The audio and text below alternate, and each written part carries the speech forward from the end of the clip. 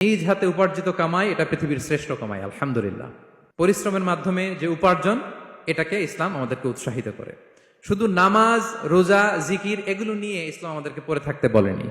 Quranic order হচ্ছে আপনার নামাজ শেষ, আপনি বেরিয়ে পড়বেন, কাজে বেরিয়ে যাবেন। ফাইদা কুদিয়াতিস সালাতু ফান্তাশিরু ফিল আরদি ওয়াবতাগু মিন ফাদলিল্লাহ।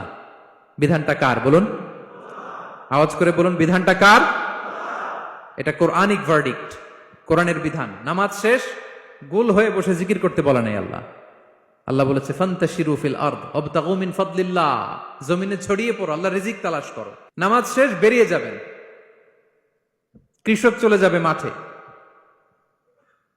শ্রমজীবী চলে যাবে ফ্যাক্টরিতে, শিক্ষকরা চলে যাবে তাদের শিক্ষা প্রতিষ্ঠানে, কর্পোরেট ওয়ার্ল্ডের লোকেরা চলে যাবে তাদের প্রতিষ্ঠানে। ডেভেলপমেন্ট করতে হবে, সিভিলাইজেশন করতে হবে। নামাজের পরে গোল হয়ে বসে থাকা চলবে না। কি ব্যালেন্স দেখেছেন ইসলাম?